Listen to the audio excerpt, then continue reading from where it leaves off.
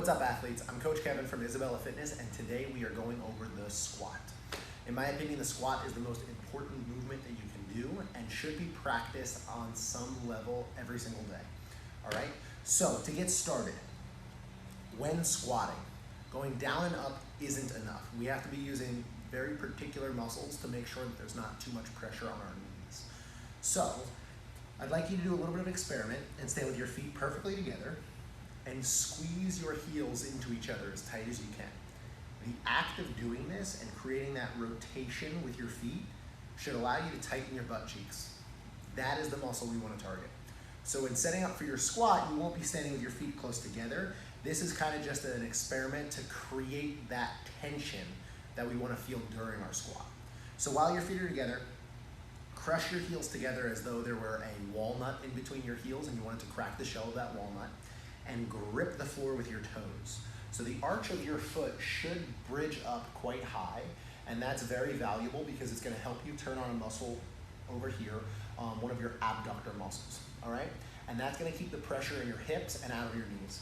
So my toes are clawing into the ground, my heels are going to squeeze together, and when I do so, you can see the angle of my knees changes. So 1, 2, 3, toes down, heels together, and all of a sudden my butt tightens and my knees rotate outwards, okay? So in order to use the arches and the glutes, the knees will have to go out. So during your squat, you're gonna set up with your feet about the width of your shoulders, and then we have to recreate that same tension. So our toes grip the floor, our heels pressure in without our feet actually moving, and now I'm really connected to the floor. It's like I'm holding on for dear life as if a big gust of wind was about to blow. And it's fantastic because I can feel the tension in my butt. And as I said before, if the tension remains in my glutes and hips, it's not in my knees, and my knees will feel great, okay? So my toes grip the ground, my heels crank inward just to tighten the glutes, and now I have to continue with that pattern of knees out in order to keep that pressure in the hips and not in the knees, okay? So here I go, knees out, and this is the position we want to find in the bottom of our squat, all right? Now I have my hands up for balance because I am sitting my hips back because I do not want my heels to leave the ground. All of the effort we've put in so far is to put the pressure in the hips, and if this occurs, that pressure goes right back to the knees. So, in order to stay on my heels, my butt has to go back, and in order for my butt to go back without falling over, I keep my hands in front to counterbalance my position. So from the side, here's what the squat looks like.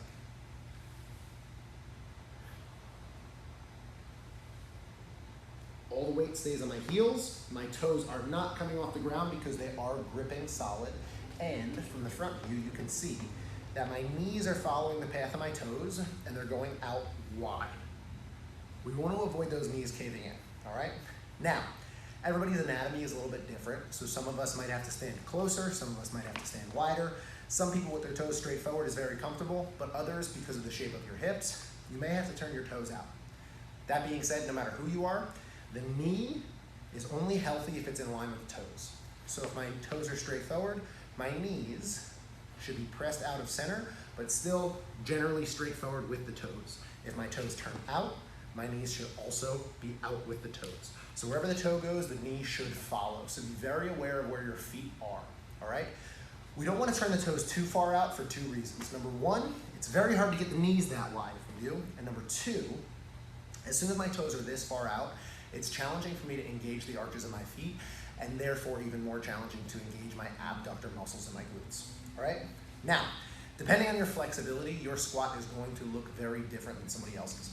In an ideal world, our squat would start from standing tall with our butt engaged and our feet engaged, and we would finish the depth with the crease of our hip just below the height of the knee, and then we drive back up. That would be an ideal range of motion. But since we all don't possess this range of motion, I want to make sure you stay healthy, and I will take any range of motion that you can do while remaining in line with all of the things I mentioned before. So, if you have really tight hips or ankles, you may only be able to squat healthy to about here, but the good news is my feet are still gripping, my knees are still out by my toes, my weight is still back on the heels, and all that pressure is in my hips, okay? Now, lack of depth in a squat usually comes from tightness in one of two areas. It's either tightness in the ankle or tightness in the hips. So, to help with the tightness in the ankle, you can do a generic calf stretch against the wall, Hands on the wall, press the heel towards the ground, and over time, if we do about a minute of this every day, that calf and ankle will give us a little bit more range of motion, and that squat will become easier and easier. We'll get lower, we'll stay more upright, and our balance will be better. So from the side view, all I'm doing is driving my heel towards the floor to elongate and stretch my Achilles and calf here, all right? Now, another stretch we can do in case it's the hips and glutes that are too tight is called the pigeon stretch. The pigeon stretch is from a push-up position when I bring my right foot to my left hand, and that would stretch my right glute. Obviously, be left foot to right hand to stretch the other side. From the side, this stretch looks like this. And this gives us a lot of flexibility in this abductor muscle that we want to use for our squat, all right? Now, despite all the stretching in the world, if you're new to squatting, it's going to take a long time to perfect this position. So I highly recommend that everybody starts by modifying in some way. The best thing you can do is start with a box or a chair at home and use this for balance and depth. Now, the reason why the chair is a great option. One of the biggest faults I can do during my squat is lift my heels off the ground. But if I have a chair behind me, then I can set up the same way that we've talked about already. I grip my feet to the ground, my butt tightens, my arches are high, everything's engaged. And now, I know that I can sit back and stay on my heels and keep that pressure in my hips and not in my knees and not worry about falling over because I have my chair here, okay? Now what's important about returning back to standing is that my knees don't shoot forward. If my knees go really far forward, it's gonna be a lot of pressure on my knees. So I reclaim my grip with the floor through my feet, my knees drive out, I balance my torso forward, and I keep my knees in line the whole time, all right? The more flexible your ankles are, the more flexible your hips are, the stronger your abductors are, the more freedom you have for your knees to go forward before the tension goes from your hips to your knees and becomes unhealthy. But for anybody who is lax in the flexibility realm, a chair is a great option, and always make sure to sit back and stay on your heels. All right, from the front view, so that you can see that I'm keeping my knees in line with my toes. I'm here, I grip, engage, butt's tight, knees are out.